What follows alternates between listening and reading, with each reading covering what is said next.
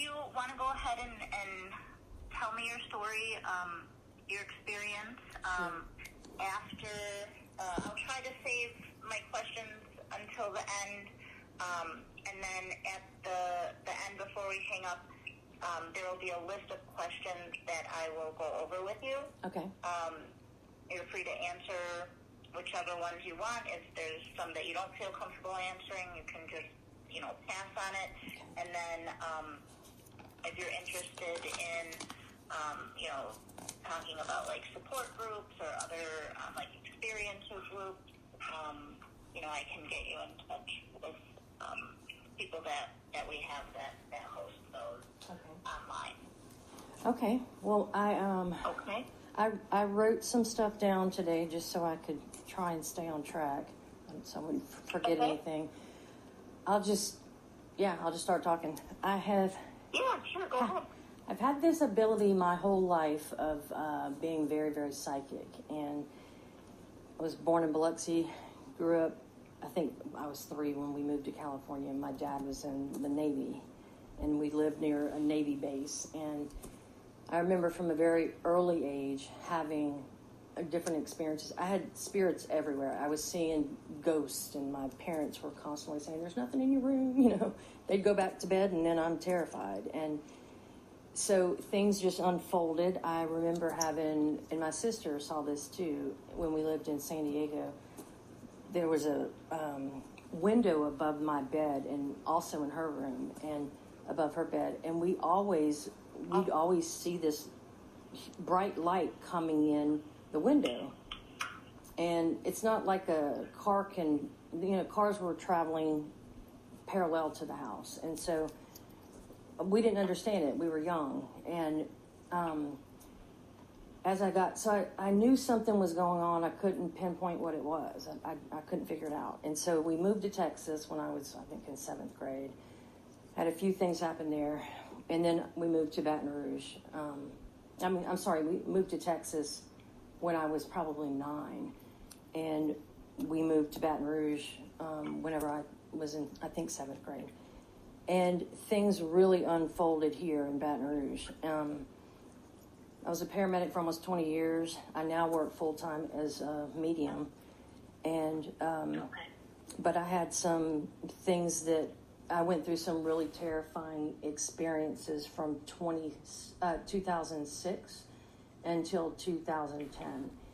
And I would feel something around me. I always knew there were spirits around me. But I would feel something around me, and I would take my camera out and I'd take pictures, and I would always capture stuff on there. In fact, I sent one of them to Fred, the one that looks like an alien being, and I did not even see it in the picture until about 5 years later. And so my memory, though, things just got stronger and stronger, and I ended up retiring early from EMS in 2014. I was already doing readings for people, and I just love the work. It's so healing. And I've been doing this full time. I've been doing this for 15 years. And so, so my memories of how this all kind of unfolded was around 2006 to 2009. There were some things that happened. I'll give you an example. Sitting in my living room, thank goodness I had a witness to this, and it looked like this bright light shot through my living room and did a circle and came straight at me, and I got hit in my right forearm by something. And I have one of the tri-field EMF meters, and I turned it on. It was sitting behind me on the bookcase, and it was going crazy. And I had this excruciating pain in my right arm and then in my bicep. And it was just a strange experience. Right after that, I started, everything with the mediumship started really unfolding. Well, then I started having memories of things. And I was sitting in my living room one night, and the next thing I know, I'm in what looks like a room that looks like it's all marble flooring, but there's different levels, like 3 levels, and there's all these different alien-looking beings, and there was one of them sitting on a step, on one of the marble steps, and she was blue, and kind of like the Avatar movie, similar but not exactly the same. And there were 20 people, me and 19 others, and nobody was talking. It was all, telepathy, I guess. And she would sit a person in front of her, and then because I didn't go first, they're like going in a line, and it's like she's interviewing them or something, and then they would get dismissed. And then I was like the 10th one, and when I sat down, all of a sudden, I just knew it in my mind what she was doing. She said, I'm going to send you 10 images, and I want you, one by one, I want you to send the image back to me and let me know what it is. And I remember, like, one of them was a little, 3-year-old riding a tricycle. There was a white picket fence in the background. She had ponytails, a little dress on, and I sent it back to her. And anyway, as I'm going through the images, I see her looking over at these other alien beings, and she's telling them something, but I didn't know what she was telling them. And, I'm blocked from that. But they all were, happy. And so I felt like I was getting interviewed to see how psychic I am, how well I can interpret the messages. And so out of the 20 of us, it was only me and one other that they kept around. And at the time, I didn't know why they were doing that. I didn't understand it. But I didn't even get the reason why then. They just seemed really happy with my ability to send that back to them. And so next thing I know, I'm back in my living room. I had, time is weird. I've had multiple experiences where I remember being on a craft, different ones, a disc one that had one seat in it, one seat with controls in front of it, but they didn't even touch the controls. They operated it with their mind. And they showed me this thing. It was like probably 6 by 9 inches, and it looked like a piece of plexiglass.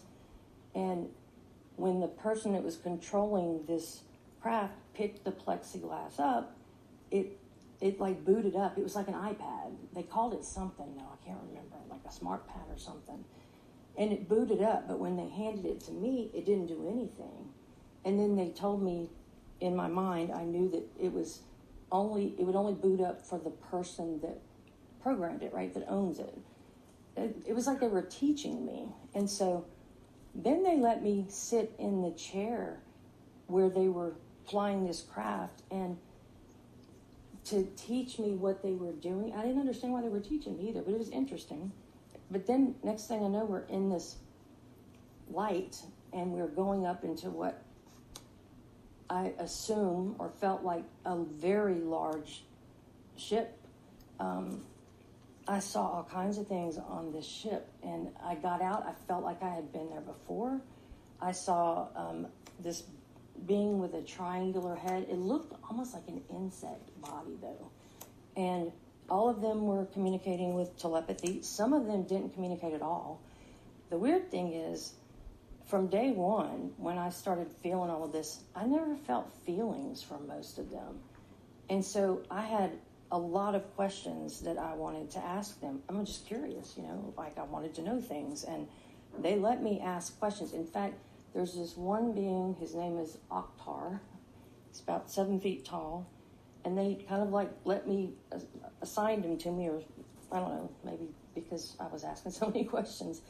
But he's the one I always go to when I have questions, and just about anything about how all of this works. And so, in fact, I thought it was weird when I got his name, too, Octar. And then it was about 2 weeks later, I'm like, I wonder if that's like an Arcturian? I don't know, but it was Oktar. So in this craft, nobody was walking either. It was like they're floating, but not, I don't know how to explain that. The lights were weird. To be honest with you, I feel like this happened to me a couple of nights ago also, because I have a burn in my right eye. And the only time I ever feel this burning sensation in my eyes is if I've been there. And this is just this week that this happened with my eyes too. I think I'm there all the time. It's weird.